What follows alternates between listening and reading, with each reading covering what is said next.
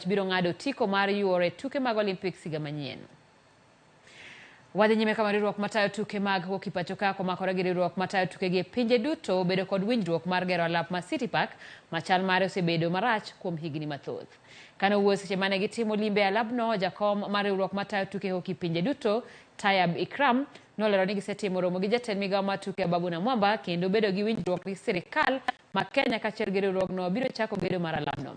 Kochakore higa manyien, korka kore jakom mar riwruok matayo hoki pinje Afrika Sif Hamed nosingo ni bang' gedo mar alapno rumo, tuke madongo biro duogo Kenya ka ma en okang' mar duogo tuke mag hoki e rang'iny mamalo e pacho ka.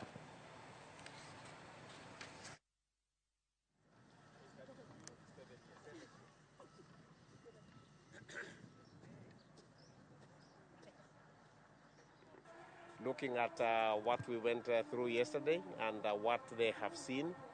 And I think after this tour, then we will sit down and look at the technicalities with the technical man.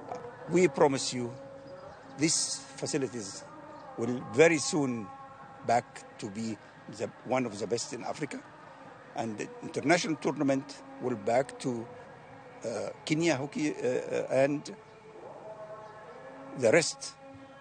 It's up to Kenya Hockey Union. We will now do the follow-up, and that's let's have work together and have a well-advanced, up-to-date and very high-performing infrastructure, which includes a top-level, most recent